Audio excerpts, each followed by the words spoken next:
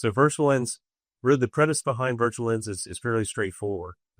For our entire careers, we've been tasked with educating patients on their different lens choices, helping educate them on these lens using key images, pictures, tablets, videos. They're all 2D, and try to educate them on lenses they're going to be using in a three-dimensional world. And there's some real limitations in there. And so what we've done is we've decided to use virtual reality and to create 3D realities, 3D immersive environments that we can actually let patients test drive their lenses. They can put this on. We can show them differences in lenses, differences in environments. We can take them to places they're used to, the kitchen, driving in a car, in their office, driving at night. But we had to show them the contrast between a monofocal toric, multifocal. The technology that we had was incredible. It's really great. And, my co-founder is the front row here, and, I'm not a VR expert, but he is. So we use a VR technology, so virtual reality technology, and there's several reasons behind each of that. I'd like to introduce Pay As If. Sir, could you answer why you use VR, why on why you're using VR to use these the cruise spike?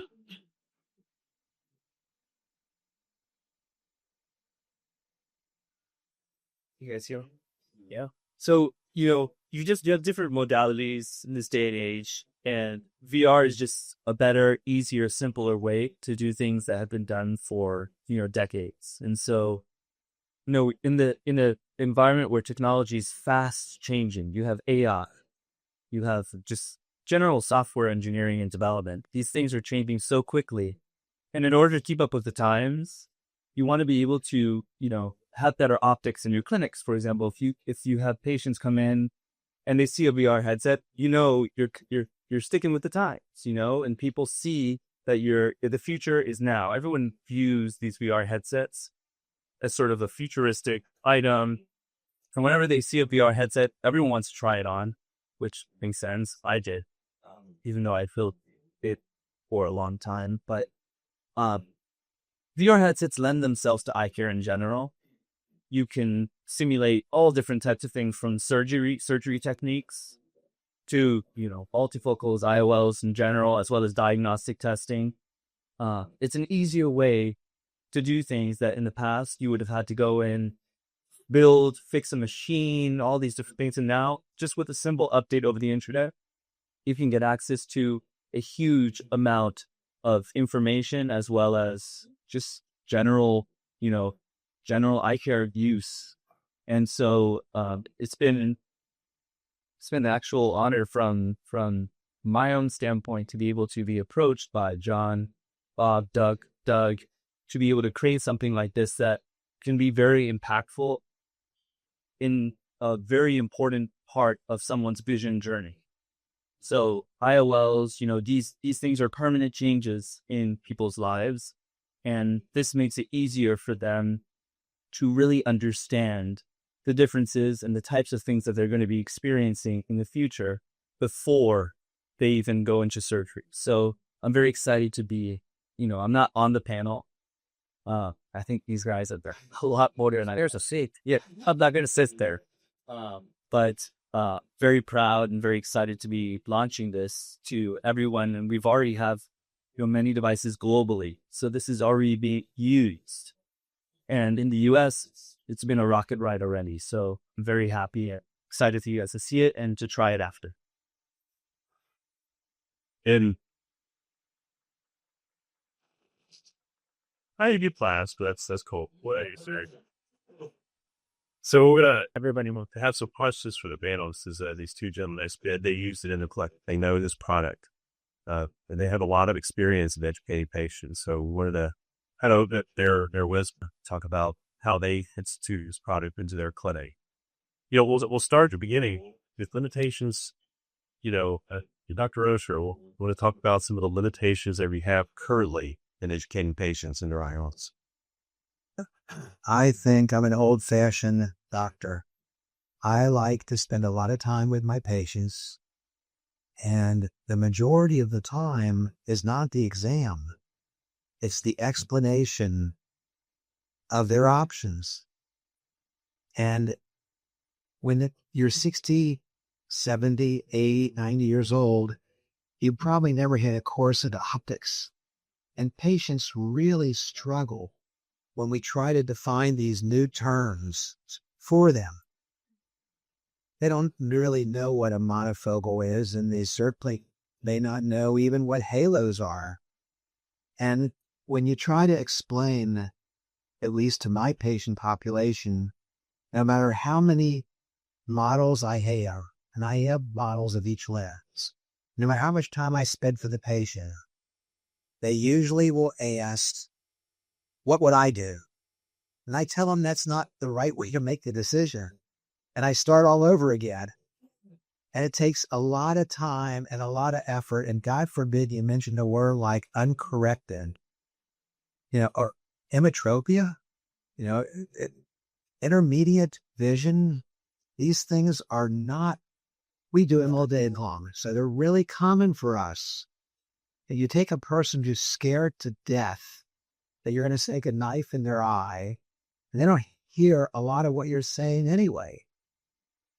So there is an unmet need to communicate better. And what better way is there than to actually give each patient a preview before they have to make that decision?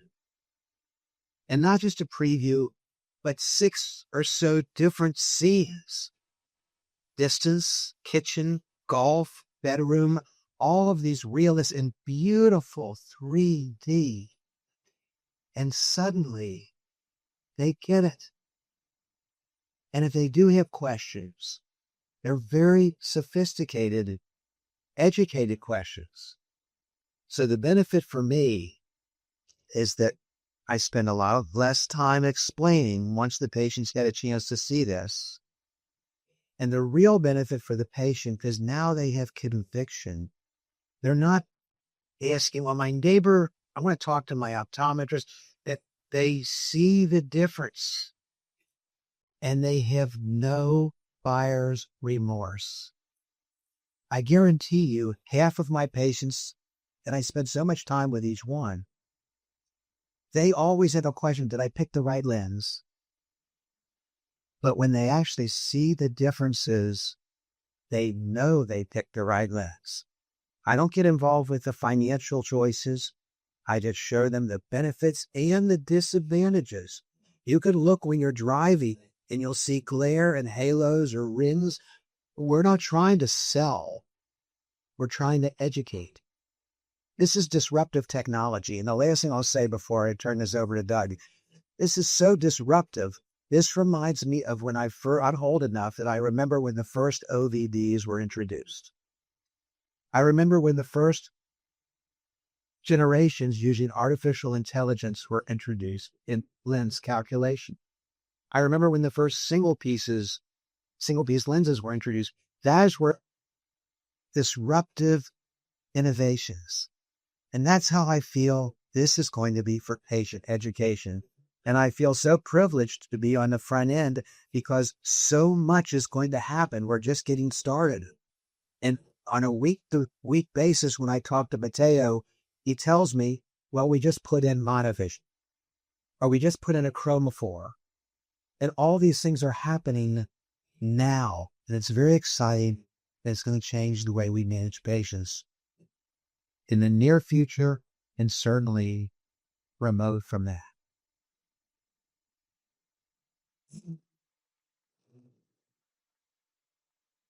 There's applause for you, Doc. Yeah, I disagree with everything he just said. No, Bob said it so well, but I think when we think about what our patients have in front of them to try to educate them about IOLs, they have brochures, they have discussions with their friends, which of course are very perilous because friends can mislead them in both directions, big time. And there are some images on web pages that patients can look at, but they're not very compelling. And they don't really bring out, the sort of the scope of what a lens implant can and cannot do. So what I found is that the decision-making process for the patient is cut by 75%. I'll kind of say, we have a lens for, if they're, for example, an emmetrope or the lens for distance, one that would correct your astigmatism. We have a lens that we give you the full range of vision, and I want you to see the kind of images that it creates around headlights and street lights. And you put the headset on, and it's my experience. I've just been working with this for a couple of weeks. It's kind of like an on-off switch for the patients that I've experienced. They haven't said, "Take me back to the other one." No, take me back to this one. Take me back to that one. They're almost always within seeing the distance, sharpening it with a toric IOL, seeing a trifocal, its impact on the intermediate, because the targets show intermediate and near targets. And they can say, "I don't want that kind of glare, but I do want that kind of sharpness of vision. Fine, a toric." Or, "I can tolerate that. I would love to have the full range of vision." And it's not the same as the neuroadaptive process they go through with trifocal IOL. So there are probably going to be some people that may walk away from it who could benefit, but far better that than patients who are really unhappy from the get-go. And I think they feel what's beautiful about it is they have been empowered to make their decision from a much more educated standpoint. And I think they feel much more comfortable going into surgery that, buyer's remorse is to use Bob's phrase, is not going to be there. So, and I think the fun part too is that our staff loves it because it saves them a lot of time. The staff doesn't have beats. When I leave the room, they say, "Well, did I really make the right choice?" And it seems to set everybody's mind at ease, and it's wonderful for the patient's family too. If you need to, show them so that everybody's engaged in the conversation. And that's very helpful as well. I think that the family understands what the benefit of doing a toric lens would be, what the benefit of doing a trifocal lens for that full range of vision. Because when you see that near vision pop, you go, "Wow, I don't care much at night anyway. This would be so worth it." And so those are the kinds of conversations that emerge very quickly when they demo this technology. And it takes so little time. You put the headset on, you see one image, you can maybe see show them a couple of the different images, which are so really very elegant, and then try different IOLs. Within just a few minutes, they made the decision. You said, but if there's a lot of what we refer to as. Well, I appreciate for that. Thank you. Very nice to that. But we see a lot of what we refer to as aha moments with the immersion. So there's concepts that we can spend 30 minutes discussing that takes split seconds for them to understand. So the next thing I'd love to talk about is in the clinical application, there's kind of three aspects of the benefit that it brings to the clinics that are using. There's benefits to the patient, there's benefits to the surgeon, and benefits to the staff of the office flow. And could you then break that down on each of those to discuss how you've seen VirtuaLens work into your clinic, the benefits each of those? Start with patient, surgeon, and then the clinic and staff flow. Yeah, I think I actually covered that in my comments because the patient really gets it and they feel empowered. The surgeon saves a lot of time, and I go into surgery on these patients feeling much more comfortable with the choices they made. I don't go in there thinking, Mr. Smith may not really like a trifocal. And I don't know. He was so eager for it. I don't know if he understands about the glare issues with it. And for the staff, I think they also have a greater peace of mind because the patient has really kind of jumped on board with their own and made their own decision. I keep using the term, it empowers the patient. I think that's really that transforms to helping everybody in the whole process, surgeon, staff, and patient. There's not much I can add to that, but my wife will attest in the front row that I'm constantly on the phone with patients. I get it. I know this is old fashioned and no one does it anymore, which is fine, but I still give every patient my cell phone. And I'm constantly calling patients as I prepare for surgery, I say, she's got $1.50 of against the roll cylinder on the front of this cornea, and there's 0.3 on the back. I wonder if they really are sure they don't want a toric lens. And I pick up the phone and I'll call the patient. And I say, I just want to make sure you know that this option is available. And if they've got financial issues or whatever, I tell them that they're going to be happy no matter what they choose, glasses or no glass or whatever. I always reassure them. I always want to end on a positive note. But I can't help but second guessing. And if I'm second guessing, I guarantee you they're second guessing. And what I found out is when these patients put this on, within minutes, they feel confident. That's the word I was searching for. When you get my age, it takes a little time to find out where that word is. But they actually feel confident. And they're so much more appreciative because they got a preview ahead of time of what it's going to be like. And I'll use that one phrase again. You don't see buyer's remorse. Patients all the time in each of your practices say, do you really think that's the right lens for me? Well, they now know that's the right lens. And you don't see that question. We don't have a lot of experience. Dunsity's been using it a few weeks. I'm not much more than that. But it's dramatic. It's really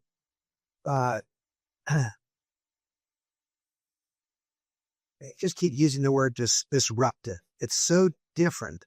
And I'm so grateful that I got a chance to be part of this because as we make suggestions, they continue to evolve the technology. So we're just getting started with virtual reality. This is the future. I promise you. We will never, it's just like with Doug and I, we were just talking in the back of the room. When we got into this business, people would cover these meetings that showed our 16 millimeter films. And then we introduced video. And I say, we'll never look back.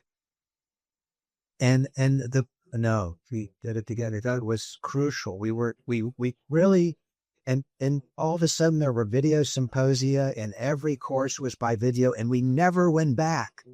This is how you're going to see virtual reality. You will never go back. You'll see it when you put the headset on. It truly a picture is worth 1,000 words. We can talk a lot about it, but get that headset on and see what it shows you, and you'll see how amazing its role is in patient education. I'll say one final thing, and that is I was just at the SCRS, as was Doug, out of Copenhagen, and you couldn't get near their booth. I tried to go upstairs to say hello to Matteo, and there was a massive number of people around. And they said, I don't know how well they did there, but it doesn't take much for the light to go off in an ophthalmologist's brain to say, I want this thing in my office. This is really going to help patients. And it also helps the surgeon. As you said, I don't ask the questions that I used to ask, and I don't repeat things over and over, which is what I would do before the headset. And if once you get with it, you'll see that they're really fun features. You could tailor exactly how you want. You can set up the scenes the way you want. You can set up the types of IOLs the way you want. And, there's so much kind of coming down the pike. There'll be an auto run capability where you can kind of program it and just bing, bing, bing shows the patient what's going on. And you'll have different programs that you can run. It's just, there are a lot of other technologies out there that are trying to educate patients. And I'm being an old-time person within this field. I never realized how powerful the virtual reality aspect of it was and how totally unique it is compared to everything else we have for this patient education process. So we'll talk a little longer, but you got to get those headsets on and really see what it is, because then you'll say, why did these people stop talking sooner? And at its very core, this device is an education device. Our goal is to educate patients better. That's the goal. Everything else follows place after that.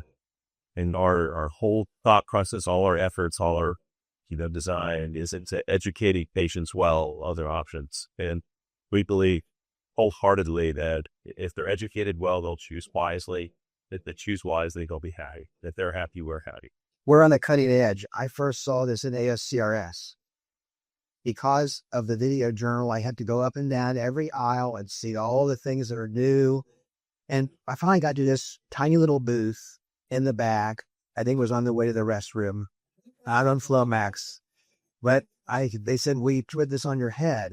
I really didn't really want to put it on my head because I was still kind of a COVID-y type person where I'm not so sure. I said, yeah, I'll put it on my head for a moment. And then I watched for 2 minutes and they said, what do you think?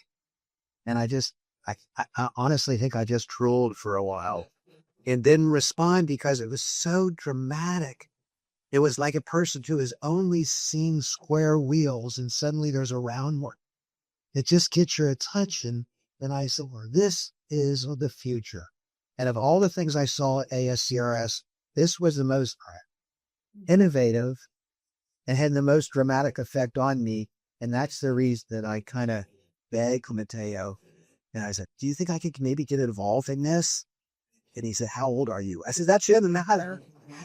I'm still pretty excited about this stuff. Thankful. Very thankful. That's the next question is, VR is rapidly evolving, but we all know this. So we are scratching the surface now. We see the capabilities of this are almost limitless, literally by our imagination.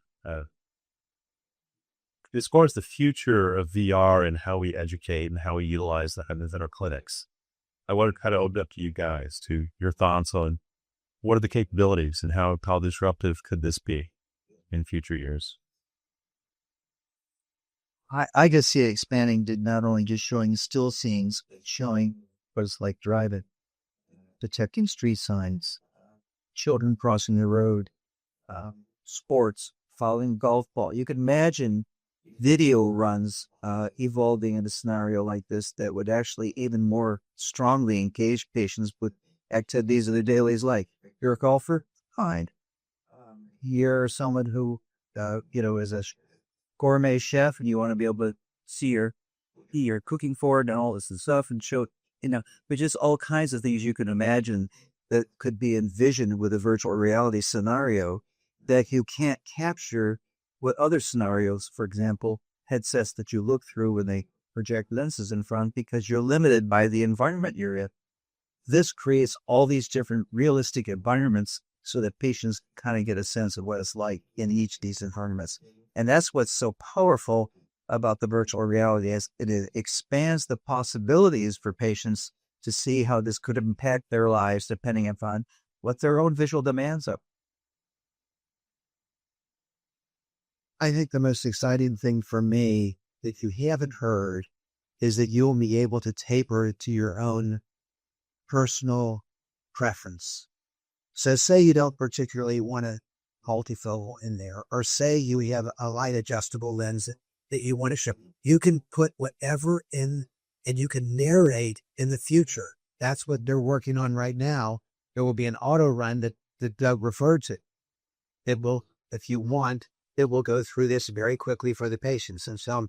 But it can, in the future, which they're already working on, is to allow each ophthalmologist to taper it so you have your own personal infusion, your enthusiasm, perhaps, your emphasizing. I like to emphasize the downside more in my presentations to patients when I go over multifocal lenses. I'm very conservative. Some of my partners who I greatly respect are just the opposite. They say the worst thing that can happen to you after surgery is for you to be presbyopic. I could never say that. That's not my personality. So each personality, each preference, you will be able to individualize. And then my guess is it won't be that distant of a future either. I think they're pretty committed to allowing each ophthalmologist to develop this as they see fit. So the goal is to empower each doctor specifically. It's incredibly customizable. We get asked, can you add a PanOptix for an Odyssey? And you can add any lens supplier. Just changing the Philip boost to the levels that you would want to educate the patient on. So it's only limited by the amount of time involved it creates. I like slow because I am other practice. I built practice for 15 years. So the side of that helps me is I want to educate patients because I know educated patients usually feel comfortable making decisions. And for a lot of patients that they would benefit from being more spectacle independent or just scared.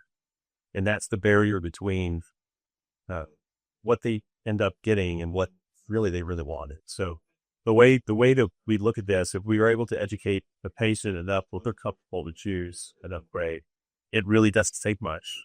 So if you have a couple of patients, a patient to the entire day, from after that, it really does not take much. And really, as far as do the patient, that's where we start. But from a business standpoint, it just makes perfect sense to us. There's another cost savings, and you saving a lot of time in the office with your patients, both for you and your staff. So that's a huge price advantage to something like this. I mean, my time with patients clearly has been, I'm like Bob, I spend a lot of time with patients. I do my own counseling, and that time has really been condensed into what I think is a much more meaningful conversation that takes less time. And we 100% agree with that. The goal sphere is there's a time value, there's an education value, there could be an monetary value, how you look for this. So, we really think this is a win-win-win scenario of the entire eye care. I think we're going to educate patients better. I think they're going to be more comfortable with the lens choices. And at the end of the day, when they're comfortable make the right choice, they don't have regrets, they're going to be happy. And as a guy that does chiropractic for myself, happy patients make fine life easier. But we wanted to open up the floor to questions. If you would have questions for the panel, we're open to take you guys now. Have you an experience about using this device for refractive surgery for presbyopic patients? Have you had any experience using this for presbyopic patients when they're undergoing refractive surgery? Not specifically, but it's easily programmable for that. There absolutely could show them what would happen if you take a myope and make her or him hemetropic, and then show them what the effect on near vision. So you can absolutely program those kinds of things, and you can also program in what you might accomplish with monovision by changing the way the different focal points are.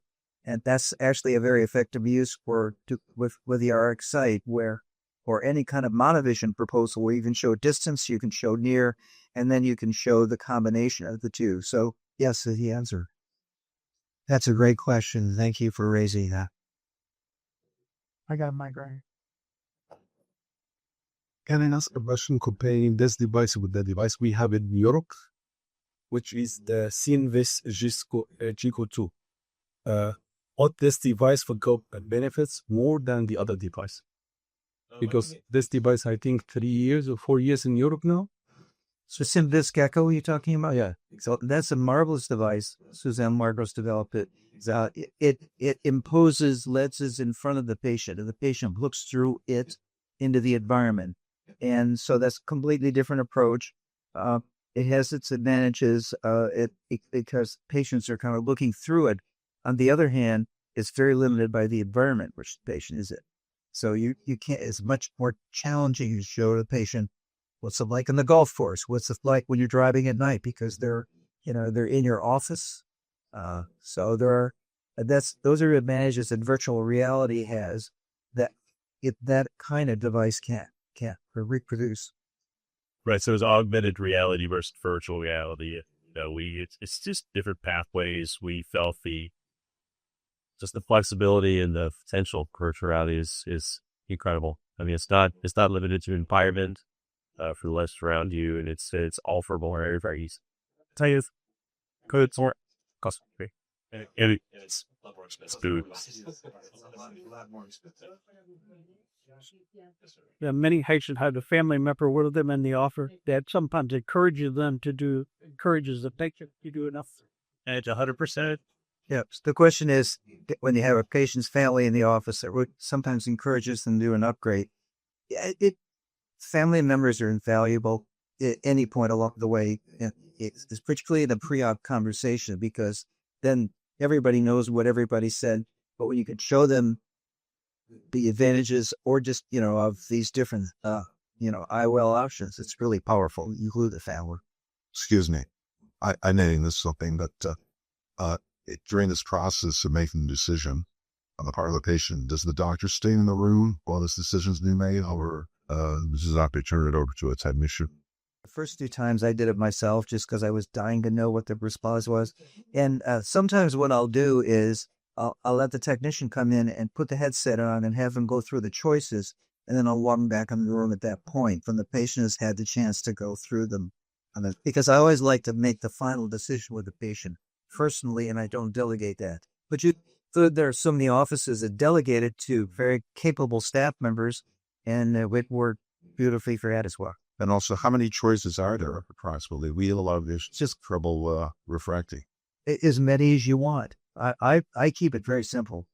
I show them, if they have astigmatism, I show what their distance vision would be like without the astigmatism correction. I show them what a toric lens will do, and then I show them a trifocal. Those are my choices for patients. You give patients more choice on that, it gets bewildering. And then that also reflects the lenses I use that sometimes are excited my post-refractive patients. So makes it very quick, boom, boom, boom. How we utilize it in our clinic versus how Dr. Code, each clinic is different from how their patient flow is already set out. So, I think a good starting point is where you're educating now. Substitute your 2D with 3D, and then your palate will change where this fits in. And we've done it a lot of different ways. We've done it where the way I do it, I see the patient, who's handle the patient, have a discussion, and hand it off to my counselor. Say, I did blue. Mrs. Smith here, we're talking about the lazy focal versus the toric. I really like her. I'd like you to show her that this. So in my clinic, I hand on that. With the new feature that's coming, actually, we just finished it. The auto run feature may click change out people use. We could see that feature. It's going to be more and more customizable. We could see that the technician puts prompts at the eye face the room, and instead of watching a video or something, you put those on, press play, walk out of approval, and you'll have that video playing for 6 minutes or so. And by the time the physician comes in, they've already had a visitation. So there's so many ways. It's going to be different. It's different flavor for each one. It's pretty valuable, based on what your needs are. John, I just want to make sure I give you to thank everybody for coming, because this is all brand new. This is really exciting stuff. I have to go to another event, so I'm going to excuse myself politely. Please try the headsets on, but don't keep them. Okay? Give them back. I have one more question over here, if you don't mind. Bobby, what's the greatest density of cataract that you can do this test for a lot of people? What's the greatest density of cataract? Boy, that's a great question, George. That's a really good question, because obviously they have to be able to see the virtual reality. So once again, you've stumped me, so I'm going to turn it over to Dr. Koh. That is a great question. I tried it on a patient who was like 20/60, 20/70. Patient couldn't really perceive that much from it. They could perceive the glare. That part of it was still working. The sharpness between toric and non-toric didn't really come through. 20/40 or better, I think it works fine. The other side of that is you gotta educate on relative differences, and sometimes if the cataract's 22, you're educating the family member of the patient. So you got to put it in perspective as how do we educate the best way. Somebody's got to help his cataract. There's no solution. But I think educating family members is the closest thing we do. Thank you, Dr. Rush. Appreciate it. Thanks. Yeah. Is there anyone question? Any experience with monovision? The monovision simulation. Yeah, we're working on improving the monovision to have it fully adjustable. But we're pretty coding this up.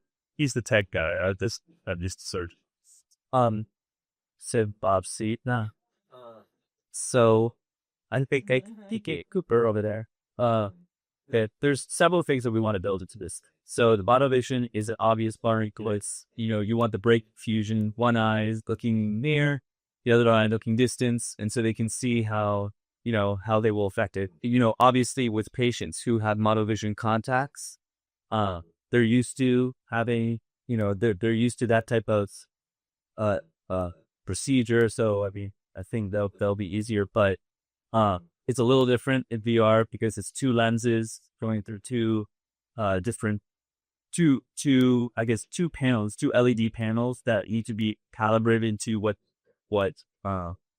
is being shown. So like, I mean, you can do monovision for intermediate and distance, or you can do intermediate and near. I mean, it's fully customizable.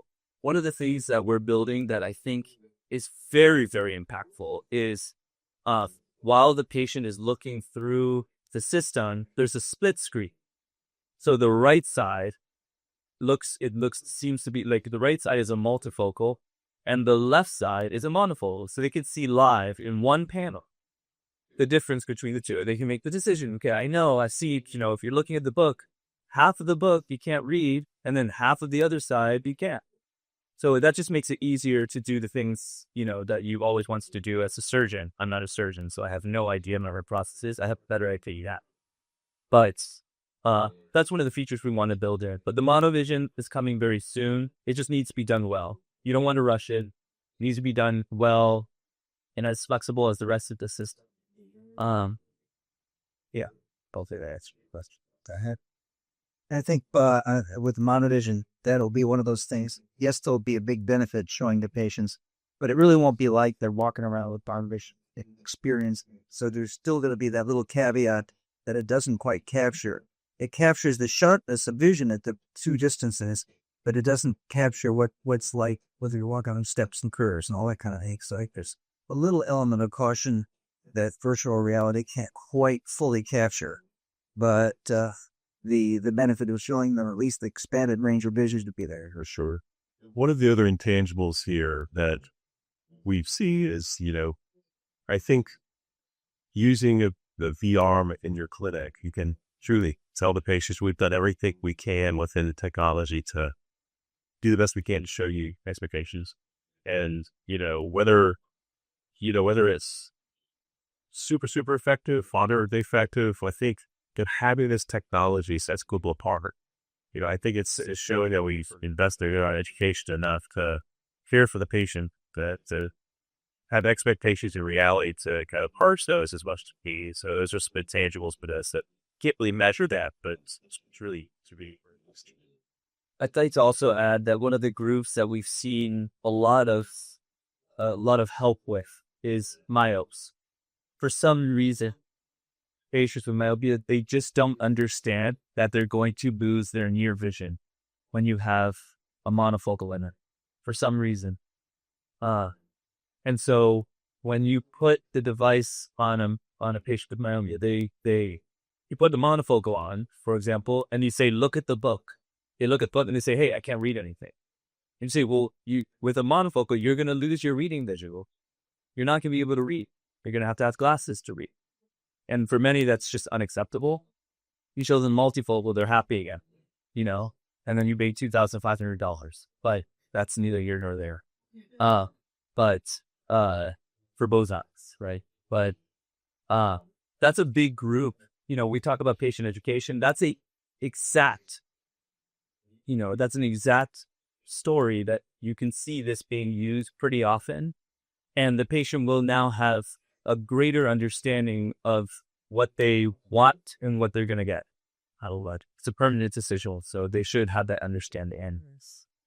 Well, we're just going to open up. I think the real thing is to do it on your end. That's where, that's where it all comes down to. But we thank you guys for coming out. Thank you for your attention.